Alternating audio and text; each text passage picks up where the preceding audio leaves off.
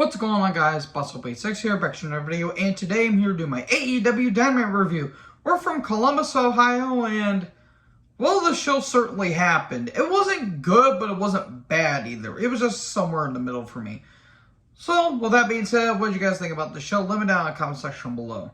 We start off right into the action with Orange Cassidy versus Jay Lethal. Well, god damn it.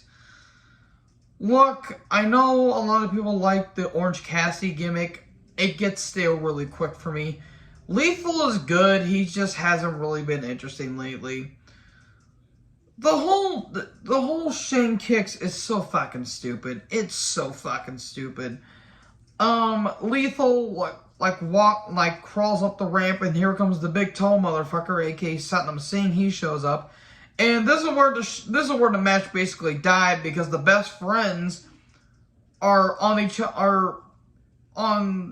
other's shoulders, and they have a fucking trench coat on, and they're trying to out-tall Satnam Singh. Ha. Funny. No, this was fucking stupid. This was so fucking stupid. Cassie got his knee worked on. Figure 4 happens. Cassie keeps fighting back. DDT, beach break, but a kick out. He keeps going for the orange punch. Another orange punch attempt, Lethal injection after Lethal kicks the knee, and there you go. Lethal wins. And then Dutton, the big tall motherfucker, aka Satnam Singh, he comes down. And basically they're going to attack Cassie's knee. They're going to break his knee.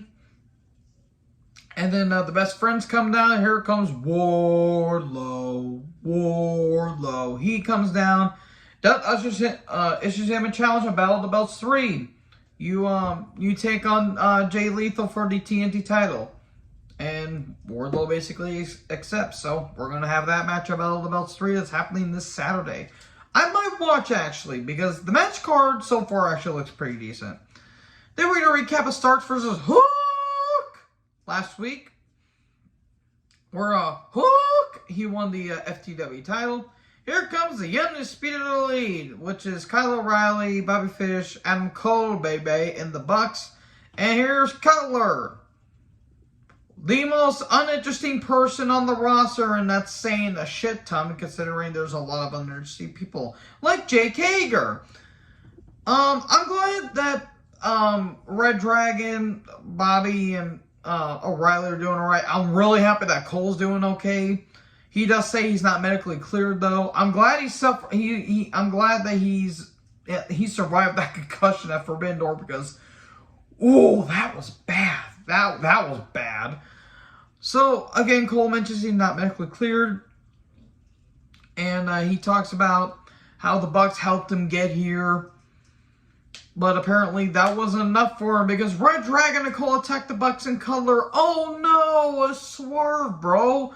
We didn't see this coming, and they show footage of kids crying. Good. That was good shit right there. Fuck your heroes. I'm being a dick for no reason. So they attempt to Pillmanize one of the Bucks' neck, and here comes Paige. Horse. He's got a horse. Paige with a...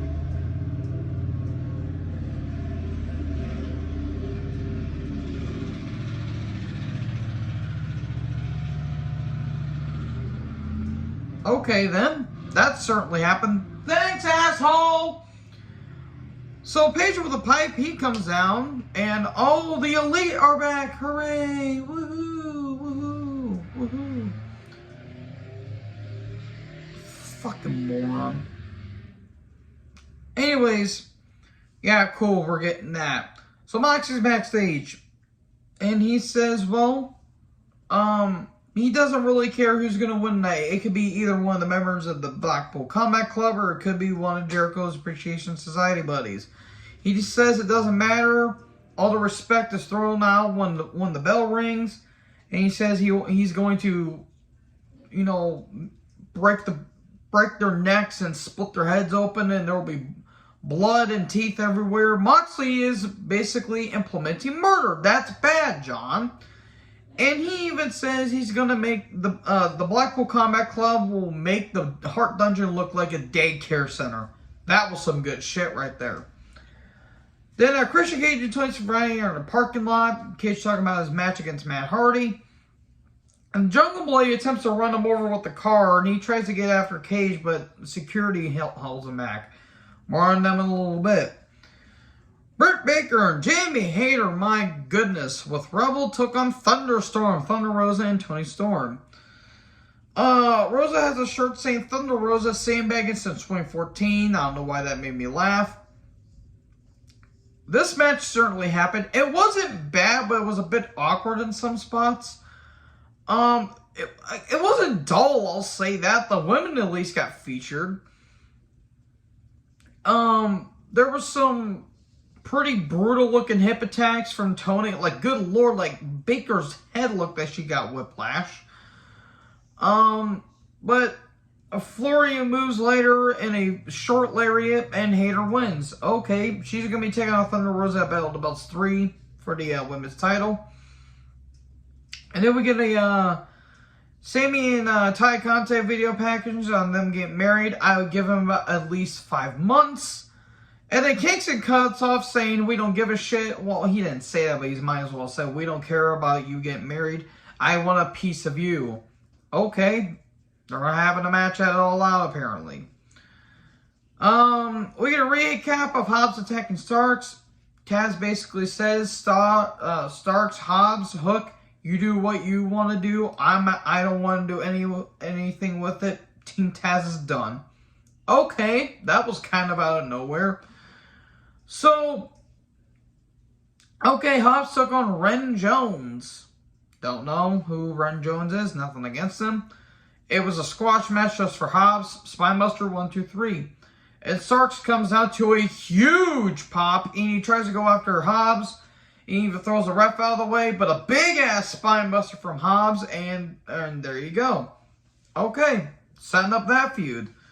Miro video package. Basically talking about Malachi Black and saying, everyone reveals himself, and now it's time for the Redeemer to reveal himself. Okay, if he ends up joining House of Black, that's gonna be very stupid. But I'm kind of intrigued to see what they're gonna go from here. Darby video package talking about his matches against Brody King in their coffin match next week, and he writes on himself. Cool. I saw a video of him on Twitter jumping off of a waterfall. Darby, why do you wish to leave this mortal realm so soon? So anyway, here comes good old JR. He joins commentary. Christian Cage versus Matt Hardy. This was sad. This was sad to watch. Matt tries, but he can't go anymore. Christian basically did everything he can to heal it up. This wasn't good. I'm sorry, this wasn't really that good of a match. Matt is washed. He is so washed. I mean, it wasn't god-awful, but it's just that these guys... Christian doesn't really have a lot left in the tank, but it's still enough to at least get a few more matches. Matt is just basically a walking corpse at this point. Matt goes for an elbow drop through the table, but Christian moves out of the way. Kill switch, 1, 2, 3. There you go. There's your match. And then Concerto attempt. And all of a sudden, Luchasaurus comes down.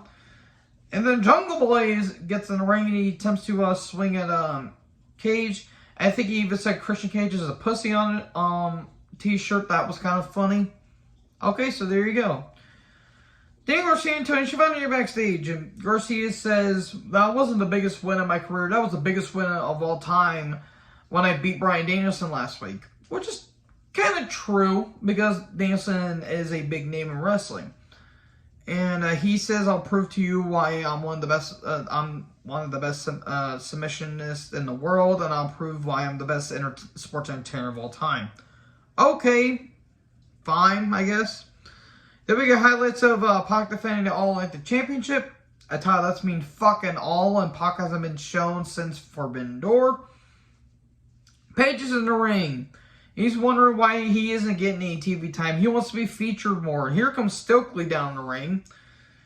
And once Stokely hits the ring, everyone starts cheering, and Paige is like, oh, now you all cheer for me. Why you all cheering for me? He turns around. How the fuck did you not see Stokely? But then again, Stokely could have went underneath the ropes and you still wouldn't have been see him. He's short. Do you get it? He takes Stokely's card. Okay. They're going to be having some alliance now. Is he going to be associated with Jaden the Baddies? I don't know. 2.0 and Jay and Shivani are backstage. And, okay, they're proving why they're sports entertainers. Cool, we're continuing this shit. Why is Jay in this? I feel so bad for her. Jay says she'll choke everyone out. And she attacks one of the crew members that are just on standby. Okay, whatever. Then we get to the dumpster match. Acclaim versus the Gun Club.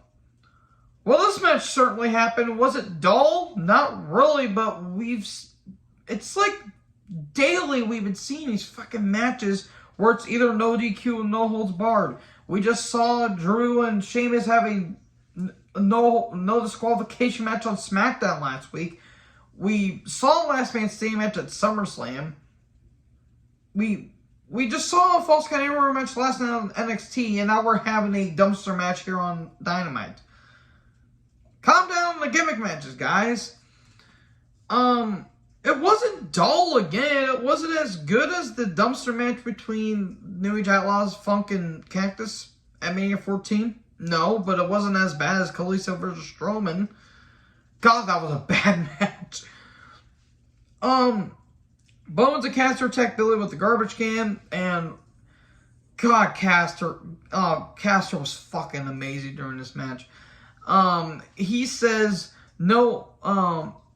There's no filter. We ain't like Instagram. We'll make the ass boys retire like Vince McMahon. That was good. And then the next line got better. And then Bowen says, I'll beat you down and you'll know the rest. I'm more positive than Joe Biden's COVID test. Jesus Christ. Besides the Simone Biles and the comment he made about Julia Hart, Bowens fucking owns when it comes to the raps. It's amazing. There was some trash can usage. There was double suplex on the floor. A lid slammed on Bowens. Bowens is really damn good in the ring. A lot of people kind of forget how good Bowens is in the ring. I really do like Bowens, though. There was a powerbomb into the dumpster, and then Caster gets thrown into the dumpster. Oh no, they're going to lose. Nope, they headshots with trays. Why? Stop that. Bowens gets tossed under the trash cans. That looked pretty cool. Caster gets tossed into the platform. Ouch. One of the guns, Austin, goes to hit an elbow drop through the table, but Caster follows him up the steps. And then Caster throws Austin to the dumpster. Mike dropped through the table, and they Acclaimed win. Then they lock the dumpster, and they pull what the New Age Outlaws did to Funk and Terry when Cactus hit an elbow onto the dumpster. It was on Raw, and the New Age Outlaws just pushed the dumpster off the stage. Don't do it! My God, there's people in there. They do the same thing here, and the dumpster legit lands on, like, basically on top of them when they were locked inside. That looked pretty bad. So I hope the guns are okay, because the dumpster legit flipped. That looked pretty bad. Okay, that would normally be a heel move, but I guess it works for the faces. So, we get a highlight of Mance Warner winning the Battle Royal at Ric Flair's last match, which that match was fucking terrible, and Ric Flair's last match was also fucking terrible. Yeah, he's taking on Moxley on Rampage. Madison Rayne's going to make her debut. Okay, then, and Swerve and their Glory are going to be in a tag match. So, we get a Takesha and Claudio Castagnoli video package. They're having their Ring of Honor World Title match about all the belts. And also, again, with Wardlow and Lethal and Rosa and Hayter. Then we got a Dynamite card rundown. Then we get to the main event. We get Wheeler Yuta versus Jericho with 2.0. Winner gets to face Moxley next week at Quake by the Lake. Rio joins commentary. Before the match starts, Claudio comes down.